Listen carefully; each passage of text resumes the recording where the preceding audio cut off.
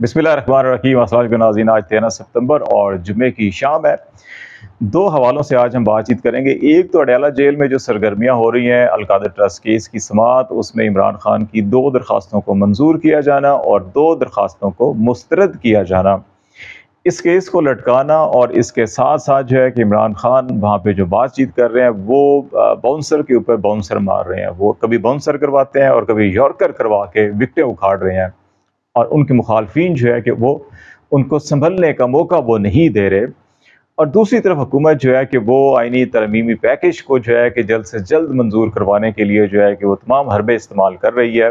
जो जमहूरी और आइनी रवायात के मुनाफी हैं उसका वह ख्याल नहीं रखा जा रहा। तो इन दो चीज़ों के अंदर के जहाँ एक तरफ इमरान खान के मुकदमात में डिले करना, दूसरी तरफ आइनी तरमीम की मंजूरी में जल्दबाजी करना, और फिर क्या अगर आइनी तरमीम मंजूर हो जाती हैं या इवन जो है कानून साजी आइन तरमीम नहीं भी हो सकती तो कानून साजी अपनी मर्जी की हो जाती है, तो फिर इमरान खान की रिहाई होगी या उससे पहले हो सकती है। ये अहम सवालात हैं जिसके ऊपर हम बातचीत करेंगे। जहाँ तक अडयाला जेल के अंदर अलकादर ट्रस्ट केस की आज समाअत का मामला था, बहुत सी खबरें आपने देख ली होंगी, लेकिन उसके अंदर जो अहम पहलू है, सबसे ज़्यादा अहम पहलू है, उसमें 2 नैब कानून के नुक्ते हैं। एक ये है कि नैब कानून के मुताबिक जो है कि कोई भी जो तफ्तीश जब चल रही हो किसी मामले के ऊपर, जब इंक्वायरी हो रही हो,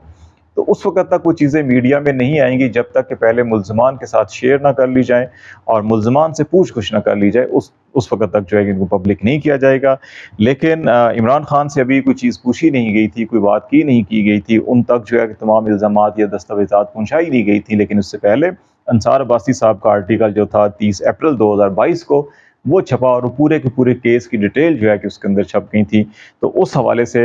ये अदालत से दरख्वास्त की गई कि इसको रिकॉर्ड का हिस्सा बनाया जाए कि नैब ने खुद इस सारे प्रोसीजर के अंदर, इस प्रोसेस के अंदर जो है कि वो खुद कानून की वायलेशंस की हैं। इससे पहले भी कुछ वायलेशंस जो है ऑन रिकॉर्ड जो है वो बयान की गई और ये वायलेशन भी ऑन रिकॉर्ड लाई गई, ताकि अगर ये अदालत जिस तेज़ी के साथ अपनी समाअत कर रही है और अब ये रोज़ाना की बुनियाद के ऊपर की जा रही है, जैसे आज समाअत थी और अब इसकी अगली समाअत जो है कल। अमूमन सैटरडे संडे को जो है कि मुकदमात की समाअत नहीं होती, लेकिन सैटरडे भी अडयाला जेल के अंदर ये समाअत के लिए रखा गया और जो आखिरी गवाह है नैब के तफ्तीशी अफसर, उनके ऊपर जो है कि आखिरी मौका दिया गया कि आप जरा मुकम्मल कीजिए। और ये इसीलिए किया जा रहा है कि जरा मुकम्मल होगी तो फिर मामला जो है कि दफ़ा 342 के बयानात और हतमी जो है दलाइल और फिर फैसले की तरफ बढ़ सकते हैं। तो इसलिए एक तरफ जहाँ पे आपको और बहुत से मामलात नजर आएंगे, कॉन्स्टिट्यूशनल पैकेज, लीगल पैकेज और जजों की तादाद के मामलात के ऊपर सुप्रीम कोर्ट के, दूसरी तरफ आपको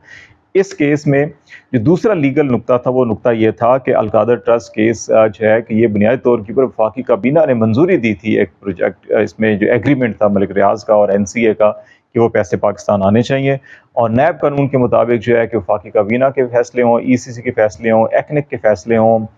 CTWP के फैसले हों या सरकारी जो मीटिंग्स होती हैं उनके फैसलों के नतीजे के अंदर जो चीज़ें होती हैं वो नैब की डोमेन में नहीं आएंगे और उनके मुकदमात नहीं बन सकते। लेकिन इसके बावजूद अभी सुप्रीम कोर्ट ने फैसला दे दिया, नैब की तरमीम को जो है वो दुरुस्त करार दिया। उसके बावजूद जो है कि ये केस जो है कि ये दूसरा तोशाखाना केस जो है वो जो है कि वापस भेज दिया गया, उसमें स्पेशल सेंट्रल कोर्ट इस्लामाबाद की जो है उसको। लेकिन ये केस अभी तक एहतसाब अदालत में चल रहा है और इसको जो है कि अभी एहतसाब के दायरे कार से नहीं निकाला गया और इसको अपने मंतकी अंजाम की तरफ ले जाया जा रहा है। तो इसकी एक बुनियादी वजह जो है वो ये है कि ताकि इमरान खान अगर ये केस को वापस नैब के पास भेज देते हैं कि ये तो दायरा कार ही नहीं है इस अदालत का, तो फिर डेफिनेटली आपको ज़मानत पर रिहा करना पड़ेगा और अगर आप ज़मानत इस पर दे देते हैं तो इमरान खान बाहर आ जाएंगे और इस पे अगर उनकी रिहाई बनती है।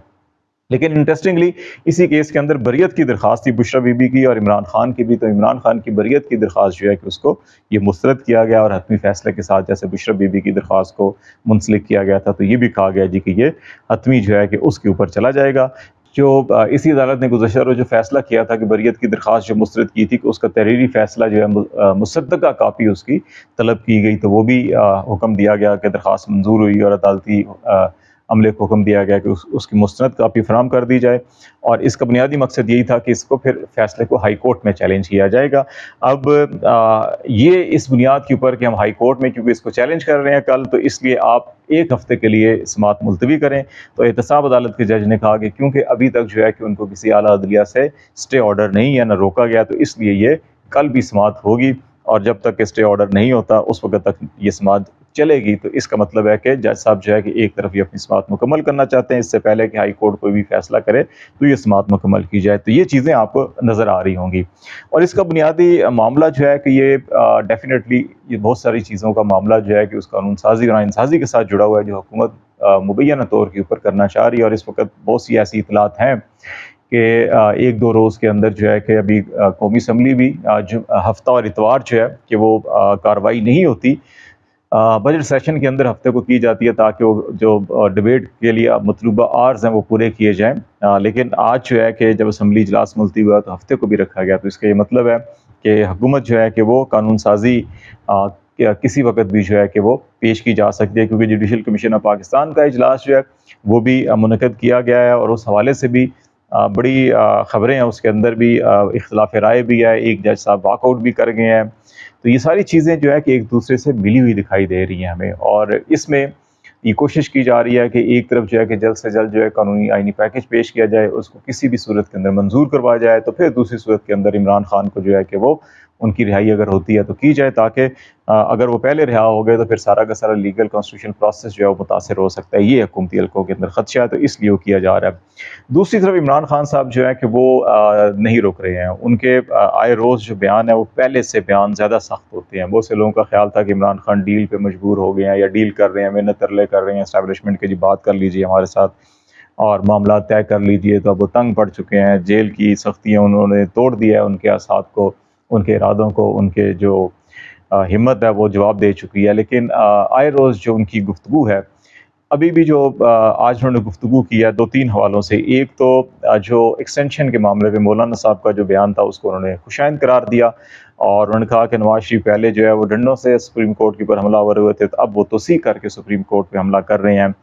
پھر انہوں نے علی امین گنڈا پور کی موقف کی حمایت کی جو افغانستان کے ساتھ وہ بات چیت کرنا چاہ رہے ہیں صوبے میں امن و امان کے حوالے سے، دہشت گردی کے خاتمے کے حوالے سے. ان کا یہ خیال ہے کہ یہ کوئی وفاق سے جو ہے کہ بغاوت نہیں ہے، وفاق سے جو ہے کہ یہ ہٹ کر بات نہیں ہے. نواز شریف کے دور میں بھی پرویز خٹک صاحب کے افغانستان کا دورہ بھی ہوا تھا، وہ افغان حکومت کے ساتھ روابط تھی اور امن و امان کے حوالے سے اس وقت بھی جو ہے کہ صوبائی حکومت کے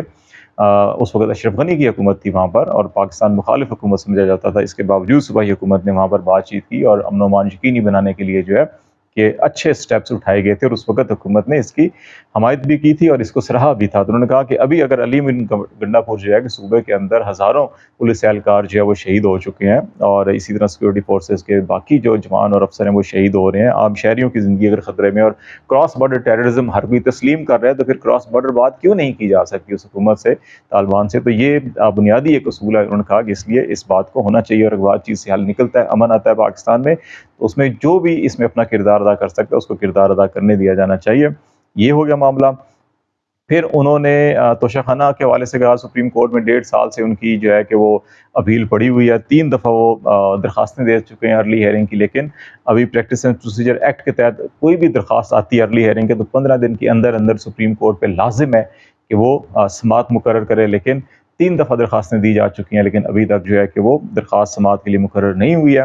اور پھر انہوں نے سلطان اسکندر راجہ جو چیف الیکشن کمشنر ہیں کہا کہ ان کی جو درخواستیں وہ تو فوری طور کے اوپر لگا دی جاتی ہیں. پھر اگین انہوں نے کرکٹ کی ٹرمز استعمال کی کہ اسکندر راجہ گیند پھینکتے ہیں سپریم کورٹ کی طرف، تو ایک سلپ میں جو ہے قاضی صاحب اور دوسری سلپ میں جو ہے کہ عامر فاروق صاحب کھڑے ہوتے ہیں اور وہ ان کو سپورٹ کر رہے ہوتے ہیں. تو یہ انہوں نے ایک بات کہی. جو سب سے زیادہ انہوں نے بات کی وہ اگین سکوت ڈھاکہ اور اس وقت کے 1970 کے الیکشن، سب سے بڑی سیاسی جماعت کے مینڈیٹ پر ڈاکہ زنی، اور جنرل ضیاء خان نے جس طرح سے اس وقت زمانے میں کردار ادا کیا تھا، تو اس کو انہوں نے ہدف تنقید کا نشانہ بنایا کہ جیسے جنرل ضیاء جو ہے کہ اس نے اس وقت سب سے بڑی سیاسی جماعت کے خلاف جو ہے کہ آپریشن کیا اور اس کے مینڈیٹ کے اوپر ڈاکہ ڈالا. تو ان کا خیال ہے کہ ابھی بھی جو ہے کہ پاکستان کے اندر بھی جو ہے کہ سب سے بڑی جماعت کے حق پہ ڈاکہ ڈالا جا رہا ہے، اور ضیاء خان 2 جو ہے کہ یہ کردار ادا کر رہے ہیں. پاکستان میں اس وقت جو ہے کہ ان کے خیال کے مطابق پولیس اور ماتحت عدلیہ کا اعتماد ختم ہو چکا ہے، اور جو دیگر ادارے ہیں کہ ان کو بھی تباہ کیا جا رہا ہے. تو اس لیے جو ہے کہ ان کا خیال ہے کہ یہ چیزیں ٹھیک ہونی چاہیے، عوام کا مینڈیٹ جس کے پاس ہے ہونا چاہیے. میرا خیال ہے کہ عمران خان صاحب جو اگریسو جتنے زیادہ ہیں اس کی بنیادی وجہ بھی یہی ہے کہ ابھی انہوں نے ریسنٹلی بھی کہا کہ جو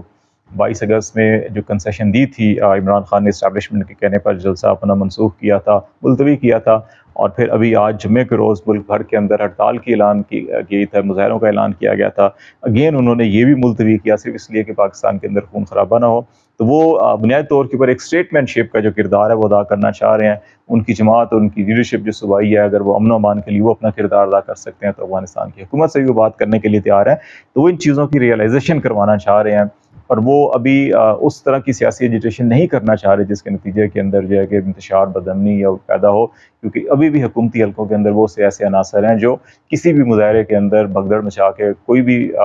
नामुनासिब जो है कि वो वाक़या रूनुमा करवा के जो है कि उसके सियासी मुकातस हासिल कर सकते हैं, जैसे बिल्कुल 9 मई में किया गया था। तो इस वक्त जो दिखाई ये दे रहा है कि इमरान खान मौके के ऊपर मौके हुकूमत को दे रहे हैं, एस्टैब्लिशमेंट को दे रहे हैं, लेकिन शायद 22 सितंबर के बाद जो है कि ये मौके जो है कि इनके